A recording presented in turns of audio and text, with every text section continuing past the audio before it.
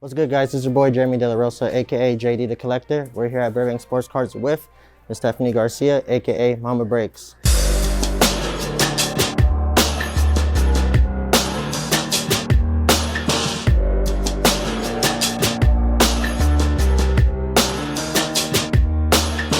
Today we're gonna do a little shopping today, see what she's feeling and see what she's not. You ready?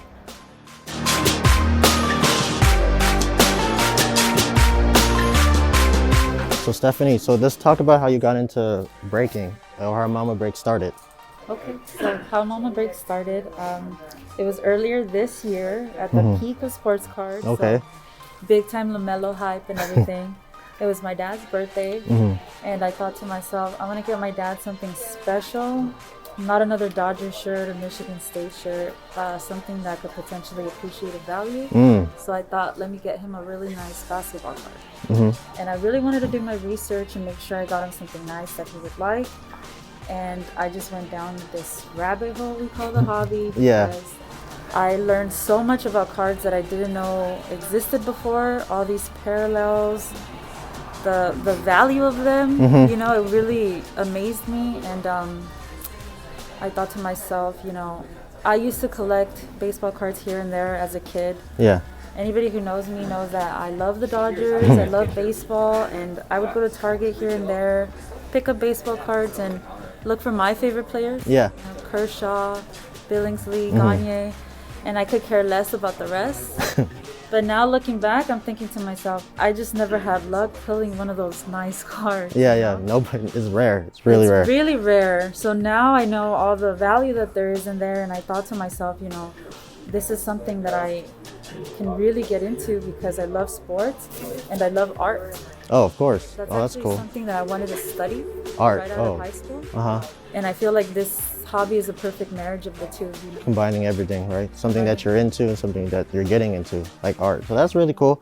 So let's talk about, I guess the breaking point, the breaking's how it started, because now you're really famous for like breaking, going on date nights with your husband, which we'll talk about later on. But let's talk about just the breaking aspect of everything. Okay, so as soon as I decided that this is something I really wanted to do, you know, I thought about my kids. Oh, okay. I want to do this. I want to really do this seriously, start a collection that's going to be worth something one day and kind of do it with my kids. So I figured I had to get serious and choose something to do to build a business. Okay, like this. Yes. So when I had that conversation with my husband and he agreed and he said, let's do this, I had to sit down and think, okay, so how am I going to start? Yeah. There's people that do all kinds of things in the hobby. They do breaks, they just provide grading services, they do shows. And I thought, so if I'm going to spend a lot of time and effort into this, I'm going to do something that I have fun doing. Of course, you gotta have fun. You gotta have fun. Gotta have fun. Yeah. So I thought to myself, I had joined a few breaks by then, and I loved watching them. Yeah. You know? The thrill. It's the thrill. The thrill, you know, and just watching beautiful cards get pulled, I think is so fun to me. And I know breaking gets a bad rap sometimes, but it's entertainment, honestly. Yeah. It's the entertaining part of the hobby, and I think it's a way that a lot of people get in. Of course. It's so expensive buying boxes of cards, you know, especially buying it, I guess, resale value. You can't really find it on Target or anything right now. So that's, I guess, a cheaper alternative of collecting. But it's a little risky, but it's fun. It's like gambling, right? It's a little risky, but I think if you go into it thinking, okay, I'm doing this to have fun, you don't set yourself up for disappointment. Yeah. And you know, especially because shout out to Bonds Breaks. He built a little community for us, you know, and that every Tuesday night I found myself talking to people from all parts of the country to, you know, just in bed or at home having dinner, breaking cards together. Yeah, it's crazy. So that community aspect of breaking was very appealing to me too. And as a breaker now, I get to, you know, hold some beautiful cards for a moment in time and then send them out to someone. Yeah. So having that experience of, you know, pulling a nice card for someone or a big PC card for someone. Yeah, it's the best feeling. It's the best feeling. It's so fun and it makes me happy. Yeah, it just blows up. You know, one day you might pull a one of one and then you might just be on everybody's Instagram. And then that person is going to remember me forever. Yeah, and they come back. You know, Exactly. you might. They're gonna be like, Mamabreaks stole that for me. And you're like, that's right. Nice, nice. So what are you looking into right now? I know you say you're a big Dodger fan. What about basketball, football, anything like that? So this is the way we do things, my husband and I. I guess you could say we're business partners, right? Yeah. I'm more so like in the game, and I'm the one who loves collecting and everything. But of course, he loves sports too. So we do have like our investment cards that we look to flip, you know, to get into those bigger cards that we want to eventually collect. So we have like a checks and balances sort of thing. Well, that's good. He knows more about basketball, so he studies that market. I know more about baseball, so I study that market. And we kind of, you know, we sit down together at the end of the day every now and then to say, okay, so who are going to be our buys? Is this a good buy? Is that a good buy? So I think that's really important too. Okay. Maybe you find somebody that you trust to have those conversations with. Of course, of Because course. I think it's, you know, I think it's not only fun, again, you know, having those card conversations with people, but it really saves you from leveraging yourself, Yeah. making mistakes. You know, it's Yeah. kind of like double checking with someone. That's good. That's good. Somebody to catch you. Yeah. Exactly. That's really good. And for you guys to combine it together, like it's probably like the best thing, you know? So I find that really fun. So one thing I want to talk about was just I guess you're so active on Instagram and TikTok, and I guess on the Whatnot app. So what do you prefer, like, I guess, to promote yourself? Personally, I feel most comfortable promoting myself on Instagram because it's something I'm comfortable with. I know a lot of us that are in the hobby right now are our age, so Yeah. like 25 to 35. Yeah. And we came up, you know, I had my first smartphone when I was 19 years old, and one of the Yeah. first apps I got was Instagram. Of course, of So course. it's something that I'm very comfortable with, and I do most of my stuff on Instagram. But I think there's so much more opportunity on TikTok. Of course, that's yeah. untapped. Yeah, exactly. It's you really like you hit the right trend and the right video, and you can pop off. Like anything, it's a grind. Of course, you have of course. to be consistent and put the work in because you'll fizzle out. Yep. But you know, I recommend it to everyone starting a business. You can create a niche and kind of cater those trends to your niche, and really, there's a lot of opportunity there. Yeah, I know. It's crazy. TikTok is just insane because I feel like everybody's on TikTok now. Exactly. My wife's on it. Everybody. I'm like, It's so addictive. yeah. It's like, I mean, it's only 10 seconds of your time, really. Yeah. So it's just you just gotta find something, like you said, the right niche, and then it'll just go from there. So we were at Pachanga about a few weeks ago, and you went up there. You asked the question of how would you promote yourself and flipping the camera, right? Yeah, that's what Mark said. Yeah. So I guess I was afraid too. Doing this, you know, just like in everything, there's always the risk of failure, right? You're not sure how it's gonna go, or if it's gonna be scary, because you know there's a lot of people that are just I don't want to say the word haters, but a lot of people comment about stuff, and it's very scary, right? So I guess now you go and flipping the camera, how's that like? Because I know everybody's afraid to do that. Oh, it's been honestly the best thing I've done so far is putting Yeah. myself out there, because in the short amount of time that I decided to flip the camera, like Mark said, you know, my account has grown the most that it yeah. has in the past 6 months. Yep. And I think that, you know, those of you that may be feeling like, I think the root of the problem, honestly, and we don't like to admit that to ourselves a lot of the times, is that we are afraid of what others think. Yeah. Yeah. But like everything in life, you know, you're not doing it for those people. You're Doing it doing for it yourself, for the people, yeah. for yourself, and for the people who are going to get a lot of value out of what you're trying to say. Because personally, I'm a consumer of card content. Like Yeah. Mark, Sasha, Yeah. the Card Collector 2, the Slab Talk, Sports Card Nonsense, all these guys, they have helped me be at the point I am in cards as far as my knowledge. And I wouldn't have gained any of that if they never decided to go out there and share it. Yeah. Exactly. So think of yourself that way. Like you have a responsibility to share what you've learned, and you never know who you're gonna help. Yeah. Out of all like the hundreds of negative people that you might have, 100 people that you helped outweighs those bad. Exactly. Yeah, but you just need one. Yeah, and that's the thing. I don't like living at that what if stage, you know.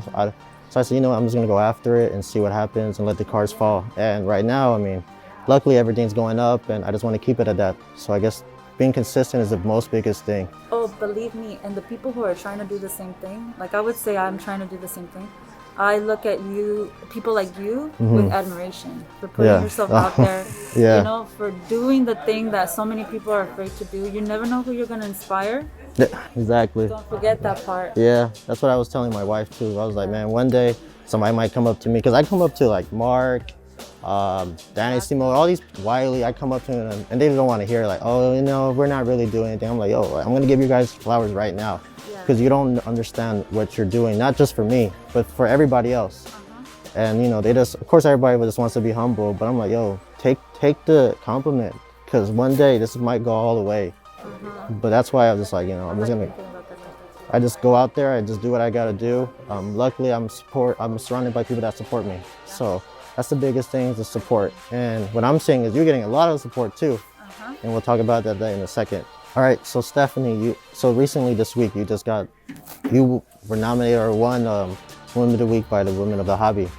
So for me, you're probably the only female that I really know that's going crazy right now. So just talk about that, I guess the accomplishment of that, and how'd you feel about that? Oh, I feel very, you know, it's heartwarming. I feel honored. And I really think, you know, accounts like Women of the Hobby and Christina's PC, one of the women behind the card ladder, they've been so welcoming and so supportive. And I think that that's the right idea for women out there, because in my opinion, there is a lot of I think we would be surprised to find out how many women are behind some of these anonymous accounts. Oh, I'd be surprised too. Right? Yeah. I think there's a lot of women that we don't see out there necessarily, because they may be, just like everyone else is, reluctant to put themselves out there like that. Yeah. And number two is maybe they feel like this space isn't so welcoming to women. Of course. Maybe they've had a negative experience or two that makes them think, you know, what's the point of doing this when I can just stay anonymous? But you know, I want to be someone out there like Women of the Hobby, spreading the word that there are women out there who collect, and we just like everybody else, you know, buying and selling. We love our collections too. We love sports. Of course. You know, and I think the hobby is really just beginning, and it's only a matter of time before we see a lot of more women being more comfortable. Yeah, exactly. Getting themselves out there. So yeah, and I think it's important, especially for little girls. I grew up loving sports, going to games with my dad. You know, if my dad was more into cards, we'd probably do that too. Yeah. And those girls need to feel comfortable knowing that, you know, there's women out there doing it too. Exactly. I have 2 daughters. I try to take them to as much shows as I can. I know they're a little handful, because one's 9 months and one's 2, so they don't really understand. Your kids are exactly my kids. Oh, that's crazy. So it's crazy, because it's hard, because, you know, they got a little time bomb going. They're like 5-6 hours, they just blow up. But I just want to get them, kind of get a head start, you know, understanding what I'm trying to do, and see, that way I could give them sort of a blueprint for the future. Because it's, you know, this business might just go up even more, and I just want to pass it down to them. And I just hopefully, you know, one day when they get older a little bit, we can all just share it together. So that's one thing I also want to talk about. What else I want to talk about is just you combining you and your family time together.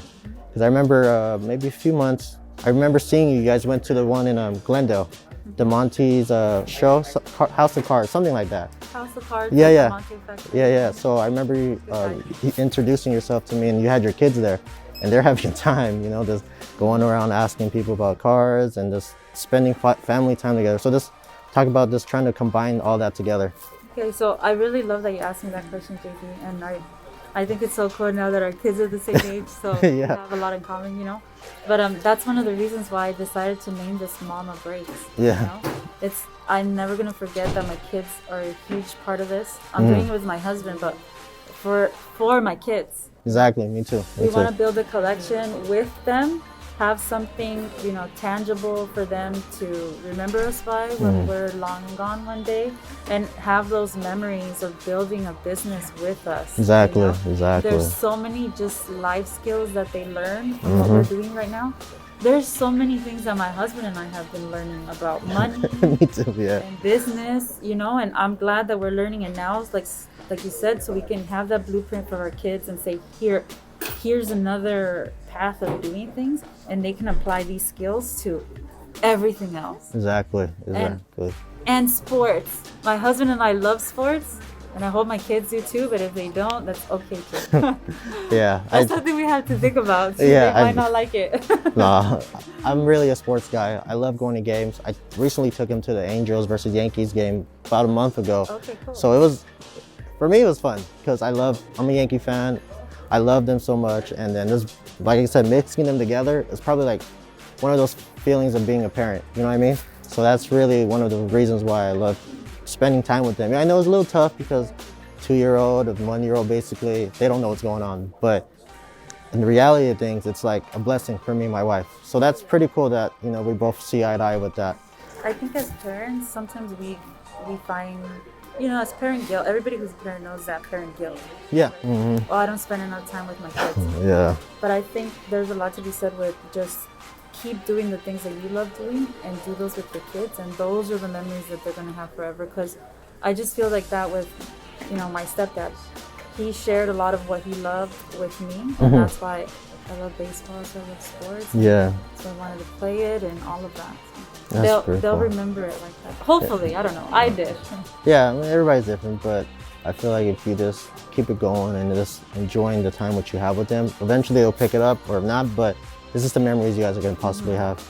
That's one thing Mark was telling me, that one day he was playing a card, about 15, I don't know, maybe a few years ago. I don't want to say how long. He put it with his son. It was like a wrestling card, I think, and he held it for him. And then just recently, his son brought it up to him, like, "Hey, Dad, do you remember when you were breaking cards and you pulled that card for me?" And Mark's like, "Oh, yeah, I did." And then he goes to his store or storage room and just pulls it out. And it's just a memory of that memory of having with your kids. And that's something I'm looking forward to. So that's pretty cool. One thing is, you and your husband do a lot of breaking. You guys even actually go on date nights with that, right? So what's that? So just explain how that works out with everything. Or how that happened? How that happened too. Okay, so quarantine, Yeah. sports stopped, right? Mm-hmm. Okay, then we had another baby. He's 9 months. Like your daughter is how old? She just turned 9 months, yeah. Okay, cool. So same age. So now that sports are opening back up, so my husband and I, when we first started dating, all we would do was go to sports games. Oh yeah, me too. Basketball games, baseball games, Dodgers, Padres, we would go down there. So now that we have kids and it's even harder to get to the games, it's almost impossible to go to the game with them with their bedtime. Yeah, just going to the restaurant with them Yeah, is tough. exactly. So I already know what you're gonna say. It's tough. So it's tough to get away. So we put the kids to bed, open up a blaster box, put on a game, have a beer, and that's just our way of having our own date night at home. That's so cool. Cards give you that opportunity. Which Yeah, is really cool. and then when you guys finally pull something, you're just like, damn, this is like insane. I bet it's so fun. The way I see it is like going to the movies, but you might pay for the movies when you open it. You know what I mean? Yeah, you might get your money back. Yeah, it's crazy. I was like, man, I was watching a few of them and I was like, geez, like they're having fun. I guess the main thing is just, like you said, bringing everything together, having fun, and just enjoying it. That's the biggest thing, and that's pretty cool. I'm trying to ask my wife to do that one day. We'll see how it goes. Oh yeah. Do like what we do too is we'll do like pack battles. Oh, okay, so we'll yeah. have one blaster box, 6 packs. He gets 3 packs, I get 3 packs, and whoever gets the hit cooks dinner or cleans the house. You're like, oh no. I can't cook, but yeah. Well, he doesn't cook, he buys food. Oh yeah, so we'll do something like that. So Stephanie, let's talk about the best advice you had so far into the hobby coming up. The best advice I've had so far is Mark's advice at Ultimate Pastime. Everybody knows, buy what you like. Of course. It's so simple, but we forget it so often. Yeah. Because at the end of the day, that's the best thing. It's honestly the best thing because this market is so volatile. Of course, yeah. You never know when something's going to go back up or shoot down. And at least at the end of the day, you're holding something that you really like. Mm-hmm. And second, if you think about these collectibles in terms of value, they really aren't valuable without the people that put value in them.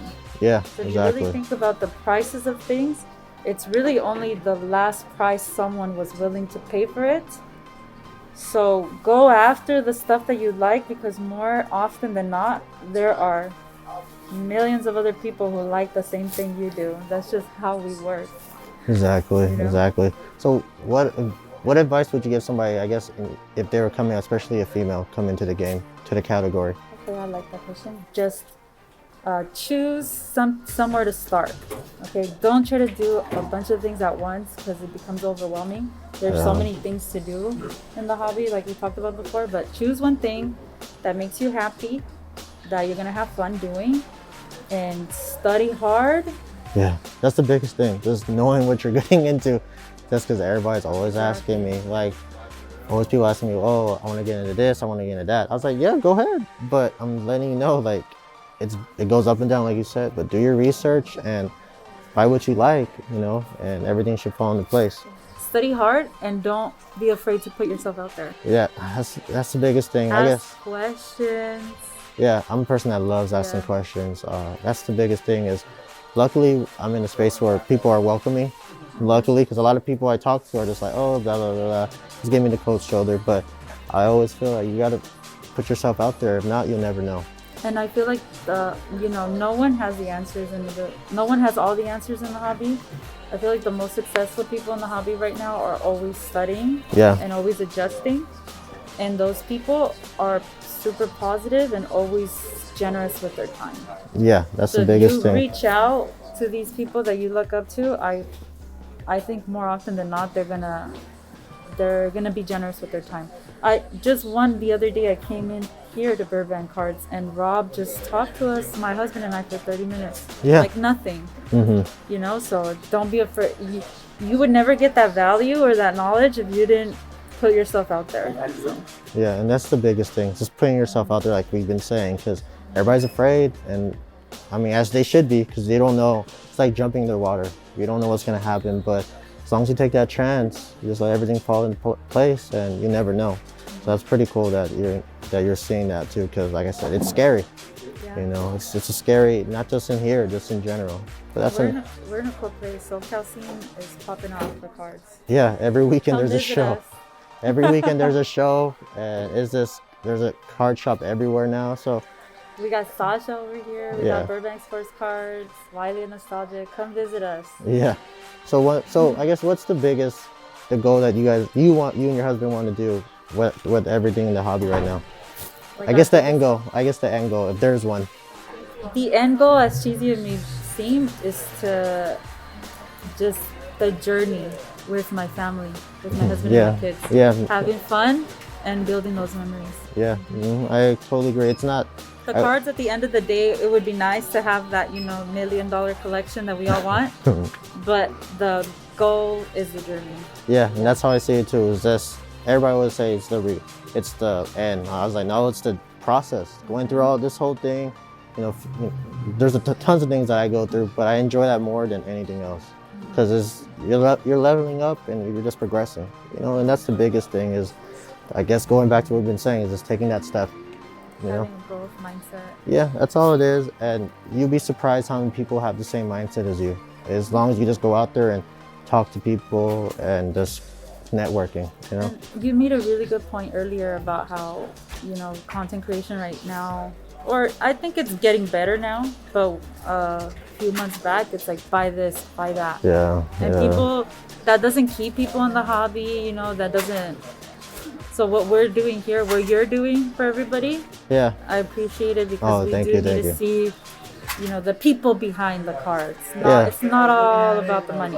Yeah, and I appreciate that, and that's my goal, is just, like you said, everybody's always asking about buying, trading, blah, blah, blah. I mean, that's cool, don't get me wrong. It's fun. We need to talk about it. Yeah, it's fun, because I catch myself watching videos, but it's just, I guess, that behind the scenes, like we're talking about right now, like interviewing Mark, Wiley, just seeing their process, their side of the hobby, and it's the coolest part. And I'm just thankful that you're giving me support and everybody else, and I just want to keep it going, because there's tons of stories I want to tell, and I'm just excited for the opportunity. Oh yeah. All right, so cool. I just want to say thank you for the opportunity. Oh, no problem, no problem. I'm honored and humbled, and I appreciate what you're doing. Thank you.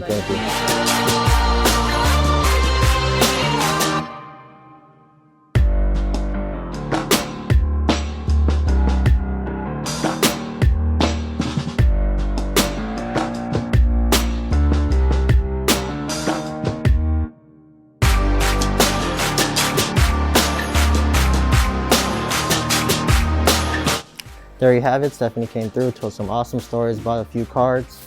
Thank you guys for watching. Thank you for Burbank Sports Cards for allowing us to film here. And thank you for Stephanie coming through. You got anything for them? Thank you everybody for listening. I hope you enjoyed the interview.